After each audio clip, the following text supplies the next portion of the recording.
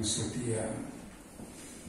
Di saat kami menghadapi berbagai macam pergumulan hidup, pergumulan yang kadang tak kami sadari, tak kami bayangkan. Pergumulan itu kadang hadir tanpa perhitungan dan juga persiapan yang kami lakukan. Karena itu Tuhan, kami hanya bersandar kepada Tuhan Yesus, penolong yang setia, yang selalu hadir untuk menemani kami. Dan Tuhan yang berjalan bersama kami, tidak akan pernah membiarkan kami berjalan sendiri. Tuhan sanggup untuk melepaskan kami dari semua beban kehidupan yang menindih kami. Terima kasih Bapa buat kesempatan yang terbaik bagi kami saat ini. Kami hendak duduk diam mendengarkan firman-Mu, berbicara bagi kami, karena kami telah siap sedia menyambutnya dengan sukacita. Dalam nama Tuhan Yesus kami berdoa. Haleluya. Amin. Salam. Silakan duduk kembali Bapak Ibu yang terkasih dalam Tuhan kita Yesus Kristus. Kita bersyukur hari ini kita tetap sehat, kita baik. Amin. Amin. Hari ini Pak Andreas tidak bersama-sama dengan kita karena beliau dengan Gembala kita sedang ada pelayanan di Jawa Tengah, ya, di Pati. Ada rekan hamba Tuhan di sana yang melayani pekerjaan Tuhan.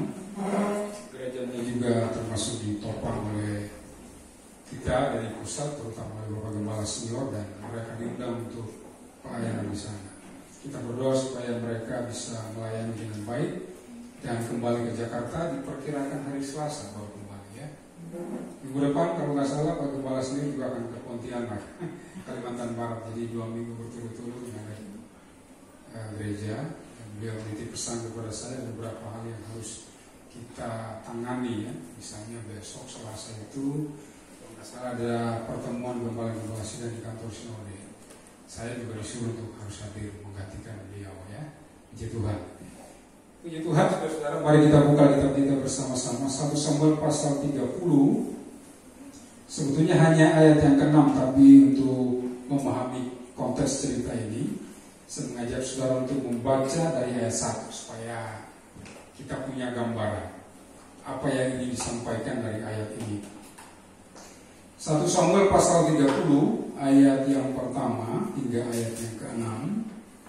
Jika Bapak Ibu Saudara sudah menemukan, kita akan baca secara pergantian atau responsoria. Saya baca ayat yang pertama, kemudian nanti ayat 6 kita akan baca bersama-sama. Berikutnya adalah Siklak terbakar, pembalasan Daud kepada orang Amalek. Ketika Daud serta orang-orangnya sampai ke Siklak pada hari yang ketiga, orang Amalek telah menyerbu tanah Negeb dan Siklak, dan Siklak telah dikalahkan oleh mereka dan dibakar habis. Ya. Perempuan dan sesembahan yang di sana, mereka, karena tidak mengusung rambut, mereka mengirim sekaliannya, kemudian meneruskan perjalanannya. Ketika Daud dan orang-orangnya sampai ke kota itu, tampaklah kota itu terbakar habis dan istri mereka serta anak mereka yang laki-laki dan perempuan telah ditawan. Lalu menangislah Daud dan baranya bersama-sama dengan dia menari sampai mereka tidak keluar lagi. Juga kedua istri Daud ditawan, yakni Ahinoam perempuan Yisrael dan Abigail bekas istri Nabal orang Karmel itu. 2-3. Dan Daud sangat terkejut karena rakyat yang hendak mencari dia kembali.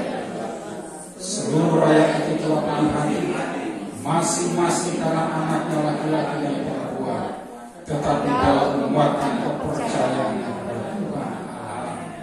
Amin. Ya. Hari ini saudara-saudara, saya memberikan tema untuk khotbah. Kita bicara tentang menang atas pergumulan hidup. Kalau kita bicara tentang pergumulan, saudara, kita harus tahu bahwa tidak ada seorang pun pernah dijanjikan oleh Tuhan kita akan bebas menghadapi berbagai macam pergumulan hidup. Orang benar, kata Alkitab dalam Mazmur pasal 34 ayat yang ke-20, akan mengalami banyak kesukaran. Tetapi jaminannya adalah, Alkitab berkata, tetapi Tuhan akan melepaskan orang benar itu dari semua masalah dan kesukaran hidup. Kesukaran hidup itu, saudara-saudara, tanpa permisi.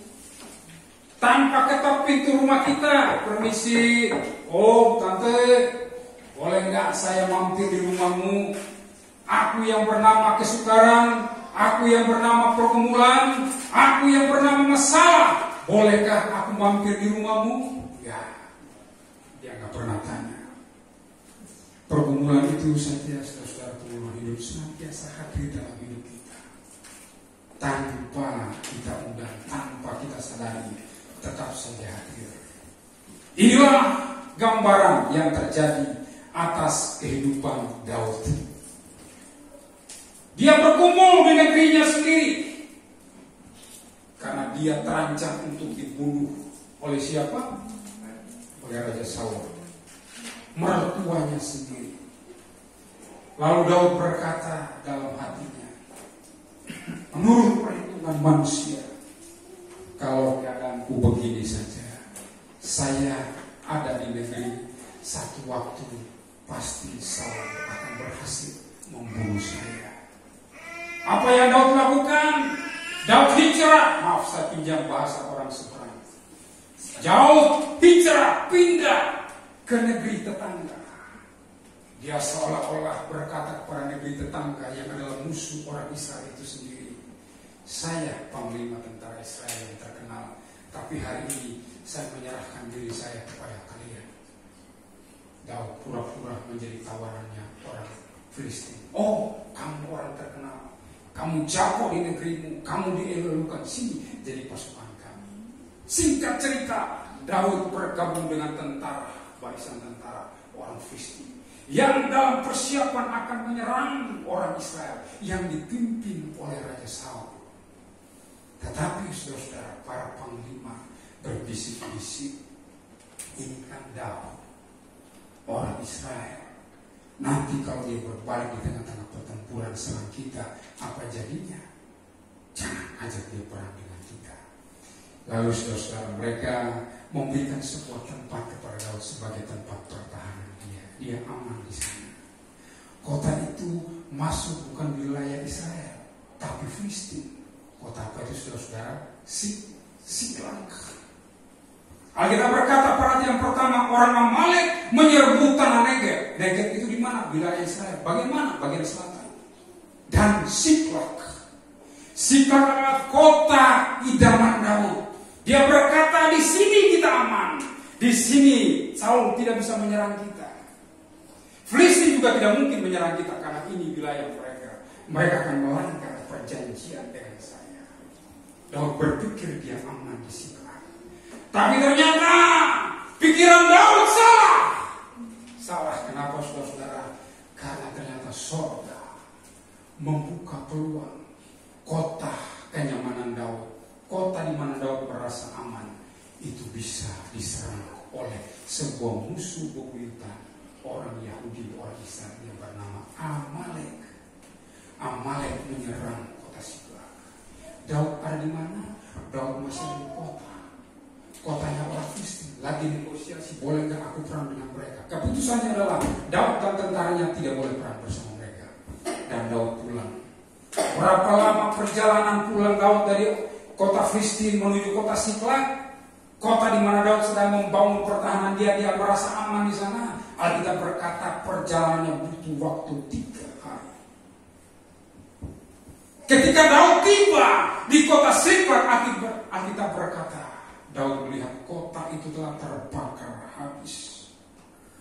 Dia hari itu tidak pernah membayangkan kota yang dia anggap aman untuk diserbu oleh orang-orang Israel, oleh suruhan tentara Saul. Tapi hari itu saudara-saudara, bangsa lain, yaitu bangsa Amalek, menyerang kota itu, memukul habis, membakar habis. Dan akhirnya saudara-saudara, bukan hanya itu saja saudara-saudara, semua wanita-wanita dan anak-anak mereka, laki-laki dan perempuan ditawan, dikirim. Jadi saudara, kesimpulan saya, ketika Amalek menyerang kota Siklag, maka sasaran mereka selain mengambil barang-barang, mereka juga menawan perempuan-perempuan dan anak-anak untuk satu tujuan, supaya para tawanan ini bisa dijadikan tawanan atau budak. Jadi budak, saudara-saudara. Apa yang terjadi? Ayat 3 berkata, ketika Daud dan orang-orangnya sampai ke kota itu, tampaklah kota itu terbakar habis dan istri mereka serta anak mereka yang laki-laki dan perempuan telah ditawan. Lalu ayat 4, lalu menangislah Daud dan rakyat yang bersama-sama dengan dia itu dengan nyaring, sampai mereka tidak kuat lagi menangis. Pernah nggak saudara berada dalam situasi seperti ini?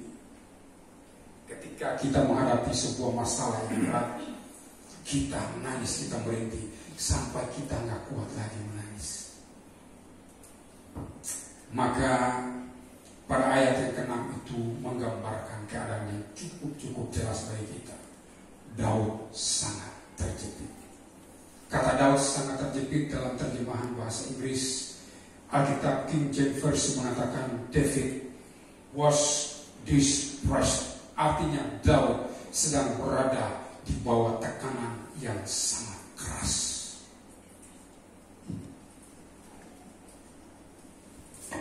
Ini bukan persoalan ringan, saudara-saudara. Ini pergumulan yang sangat berat. Kenapa? Karena kotanya dibakar habis. Tapi orang-orang yang mereka cintai, barang-barang mungkin no problem, harta mereka no problem. Tapi orang-orang yang masuk dalam hati mereka, putra-putri mereka, istri-istri yang dicintai juga tidak luput di bawah. Semuanya kosong, habis. Ini pergumulan yang sangat berat yang dihadapi oleh Daud.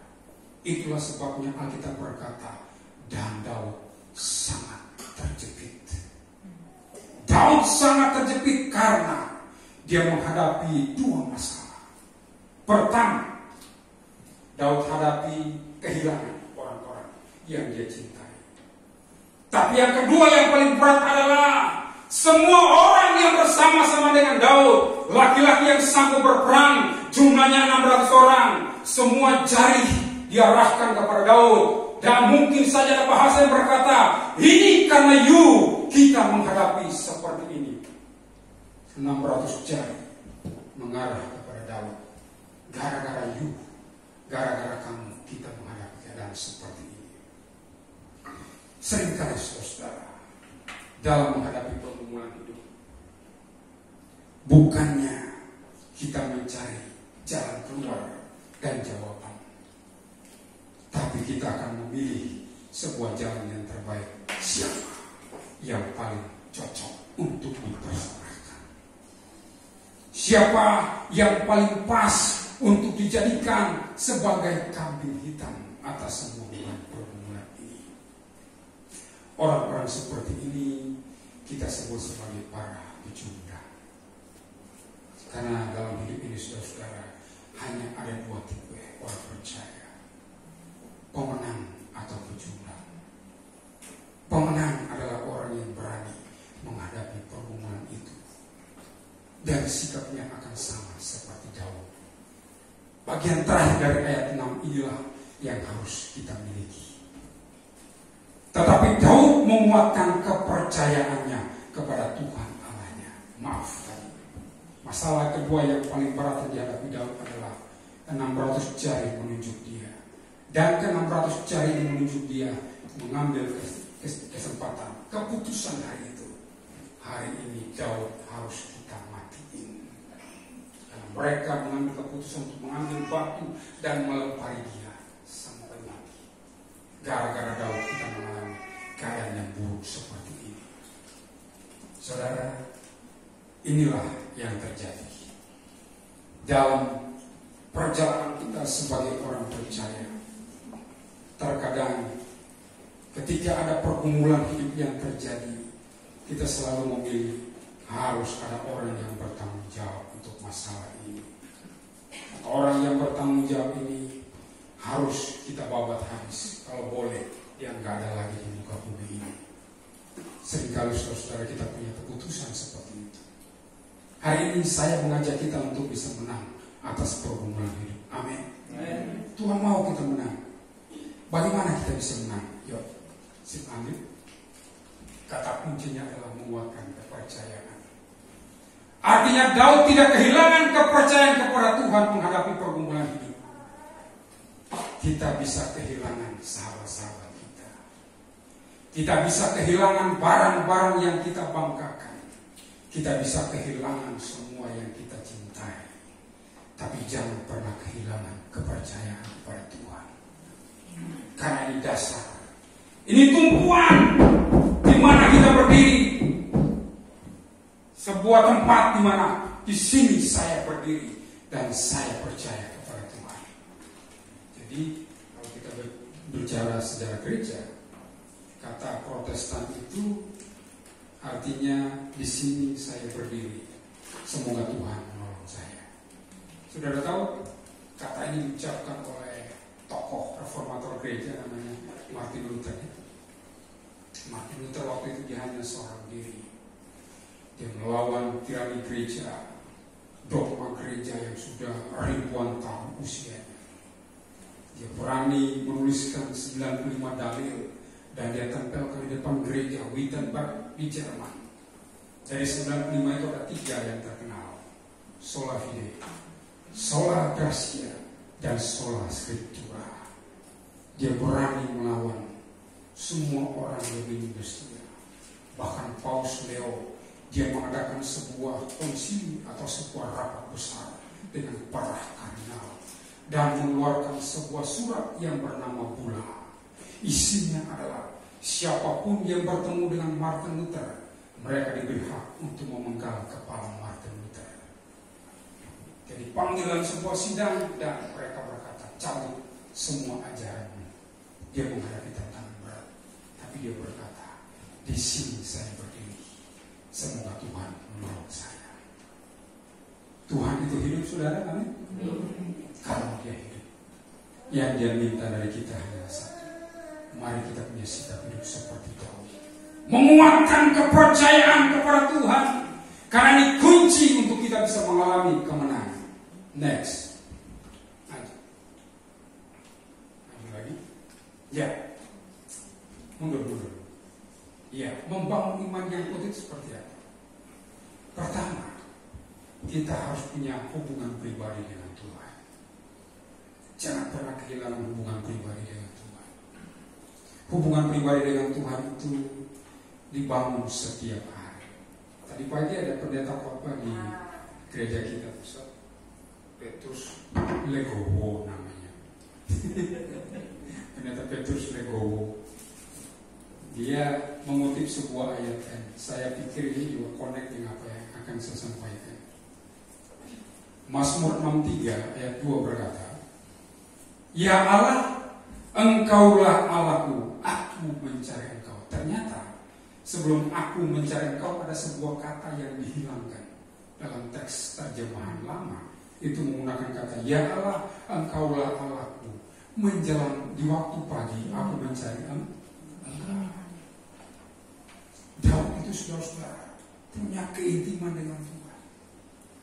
Kenapa ketika dia menghadapi singa beruang yang menerkam domba-domba gembalaannya, dia begitu berani? Karena dia selalu punya hubungan pribadi dengan Tuhan. Sampai dia gambarkan hubungan pribadi dengan Tuhan itu dalam Mazmur pasal 23. Tuhan adalah gembalaku, takkan kekurangan aku. Ia membaringkan aku di padang yang berumput hijau. Ia membimbingku ke air yang tenang. Ia menyegarkan jiwaku. Ia menuntunku ke jalan yang benar oleh karena nama Sekalipun aku berjalan dalam lembah kekelaman. Itu dia. Amin. Karena dia punya hubungan pribadi dengan Tuhan. Harus dibangun setiap hari, saudara. Kalau ada hubungan pribadi dengan Tuhan, maka grafik atau frekuensi ketakutan, kekhawatiran itu hilang dari hidup kita. Ada seorang ayah dan anaknya berdiskusi. Anaknya tanya sama bapaknya, "Pak, saya lihat Papa itu setiap hari kok berdoa. Apa sih yang Bapak dapat? Hidup kita begini-begini aja. Kok Papa selalu semangat berdoa?" Nah, Papa banyak berdoa dan Papa mengalami banyak yang hilang. Terus kalau banyak yang hilang, kenapa mesti Papa berdoa, Pak? Kamu tahu apa yang hilang dari Papa? Ketika Papa rajin berdoa, ketika Papa rajin duduk di kaki Tuhan, maka yang hilang adalah ketakutan Papa, kecemasan Papa, kekhawatiran Papa.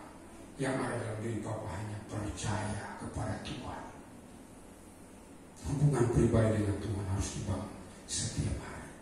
Sehingga saudara-saudara, cara pandang kita terhadap kehidupan itu berbeda. Kita punya kacamata Tuhan, aneh. Bukan kacamata ini minus 150. Kalau saya lepas, saya nggak bisa baca tulisan semua nyambung. Kalau saya baca, pakai terang lagi. Ada cerita soal kacamata. Seorang peternak kuda mengalami masalah. Gara-gara musim kering, dan kudanya ini nggak mau makan, Pak. Bawa ke lapangan, makan. Kudanya mundur lagi, lompat balik ke kandang. Terus apa yang dilakukan peternak kuda? Mikir-mikir supaya kuda bisa makan, apa yang bisa lakukan? Dia pergi ke toko kacamata. Tentu bukan kacamata ginian, ya. Khusus kacamata kuda. Dan dia pilih, sudah tahu warna apa? Warna hijau. Pulang kuda yang sama dipasangkan saudara ke mata kuda yang diseret ke lapangan. Rumputnya kering, tapi karena kacamata warna hijau, kuda langsung dimakan habis saudara. Karena kacamatanya mempengaruhi cara apa? Kita punya masalah, tapi kalau mata kita penuh dengan firman-Nya, hubungan pribadi dengan Tuhan, maka semua yang kita lihat pasti seperti cara pandang Tuhan. Amin. Begitu jadi orang beriman. Amin. Jadi jangan kita loyo, harus seperti Daud. Kedua, apa yang dia lakukan? Mengandalkan Tuhan. Andalkan Tuhan. Mengandalkan itu gimana, saudara? Bersandar. Saya nyender karena saya percaya ini bisa menopang saya. Kenapa Tuhan disebut sandaran kita? Karena kita tahu ketika kita bersandar sama Tuhan, Tuhan sanggup pegang kita. Saya ini waktu kecil, saudara-saudara, ibu saya suka cerita. Kamu itu kalau umur kamu 3 tahun, 4 tahun, mama cari kamu di kamar, karena di halaman rumah nggak ada. Mama tahu tempat kamu kemana. Karena rumah kami dengan garis pantai hanya 75 meter jaraknya. Mama saya tahu. Kamu tuh lagi pergi ke pantai. Ngapain? Pantai kami waktu-waktu ini besar-besar. Dan selalu dihantam gelombang kalau musim angin utara. Wah. Sekarang saya bulan tahun kemarin itu bapak saya meninggal 2021. Pantai kami sudah dibuat tembok. Karena terjadi abrasi, daratan kami itu tergerus air gelombang. Saya itu ngorek-ngorek keran-keran segede ini dan gini bahkan segini. Saya penasaran keran ini aman ya di sini ya, di batu-batu ini. Kalau kami mau pingin ambil keran itu harus pakai apa? Pakai palu dan pakai apa? Besi untuk ketok. Dari sini baru saya berdiri. Kenapa ada lagi bilang begini? Yesusku batu keluputan. Oh begini mengandalkan Tuhan itu begitu. Nempel dengan Tuhan. Semua badai gelombang menghantam batu itu, tapi kerang itu tetap ada di situ. Dia nggak kemana-mana. Sementara batu-batu kecil ke sana, ke sono dibawa ke tengah laut. Saya mau berarti bahwa kalau kita mengandalkan nempel dengan Tuhan, kita nggak akan goyah. Ini yang terakhir, yang ketiga. Kita fokus pada Tuhan, bukan pada situasi dan keadaan. Tahun ini GPI memunculkan tema sepanjang tahun, fokus pada Kristus. Kami kembali pertemuan gembala-gembala, Pak Yosi, gembala super senior kita, kasih firman, fokus pada Kristus, jangan pada yang lain. Kalau kita lihat yang lain, kita lihat di gereja, banyak min-minnya, minus-minusnya, banyak kurang-kurangnya. Tapi begitu kita lihat Tuhan Yesus, kita semangat, kita sukacita. Wah, orang boleh mengecewakan saya, tapi Yesus yang termanis buat jiwaku. Amin. Amin. Fokus pada Tuhan Yesus, jangan pada yang lain. Ya. Next, apa dampak dari iman yang kuat? Mari kita lihat dampaknya. Pertama, kalau kita punya iman yang kuat, kita tidak bertindak semaunya sendiri. Nih, saya baca ya, ayat yang ke-7. Setelah Daud menguatkan kepercayaannya, lalu Daud memberi perintah kepada Imam Abiatar bin Ahimelek. Ahimelek itu sudah dibunuh oleh Saul. Ini imam Tuhan. Lalu ada satu anaknya ikut sama Daud, namanya Abiatar. Dia bawa pakaian imam besar. Pakaian imam besar itu di dada kiri dan kanan ada namanya Urim dan Tumim. Daud bilang begini sama Abiatar, bawalah efod itu kepadaku. Itu efod. Bawalah efod itu kepadaku. Maka Abiatar membawa efod itu kepada Daud. Ini tidak lazim. Harusnya efod itu dipakai oleh imam, tapi Daud yang ambil. Lalu apa? Kemudian bertanya Daud kepada Tuhan, katanya, haruskah aku mengejar gerombolan itu? Akan dapatkah mereka kususul? Dan dia berfirman kepadanya, kejarlah. Sebab apa? Sebab apa? Mudah-mudahan engkau akan dapat menyusul mereka. Bukan mudah-mudahan. Sesungguhnya. Baca itu ayat 8 tuh. Sesungguhnya, artinya pasti, benar-benar kamu dapat menyusul mereka. Dia pakai effort. Artinya Daud sebelum ngejar, dia datang sama siapa dulu? Wah Tuhan, dia tanya. Langsung nih, karena situasi sudah darurat, gak perlu imam yang pakai, cukup saya pegang aja effortnya. Dan saya tanya langsung. Tidak bertindak menurut maunya sendiri. Padahal kalau mau dilihat hitung-hitung di atas kertas, Daud itu jago banget. Panglima terkenal, panglima pemimpin 100, naik lagi jabatan, pemimpin 1000, bahkan ribuan orang dia pimpin. Kemanapun Daud pergi berperang, dia tidak pernah kalah, selalu menang. Tapi untuk urusan yang beginian, Alkitab berkata apa? Daud tanya Tuhan dulu. Artinya apa, saudara-saudara? Dia nggak ngandali, dia nggak sok pintar. Dia nggak bersandar pada pengalaman dia 2 hari 3 hari yang lalu, tapi dia benar-benar menundukkan diri di hadapan Tuhan. Tuhan, silakan engkau yang pimpin saya, atur saya. Apa harus saya lakukan Tuhan? Aku kejar mereka atau gimana? Aku kususulkan? Ya, kamu aja. Tuh. Jadi kalau kita sudah kuatkan kepercayaan kita, kita pasti dapat hikmat dari Tuhan. Apa yang mesti kita lakukan?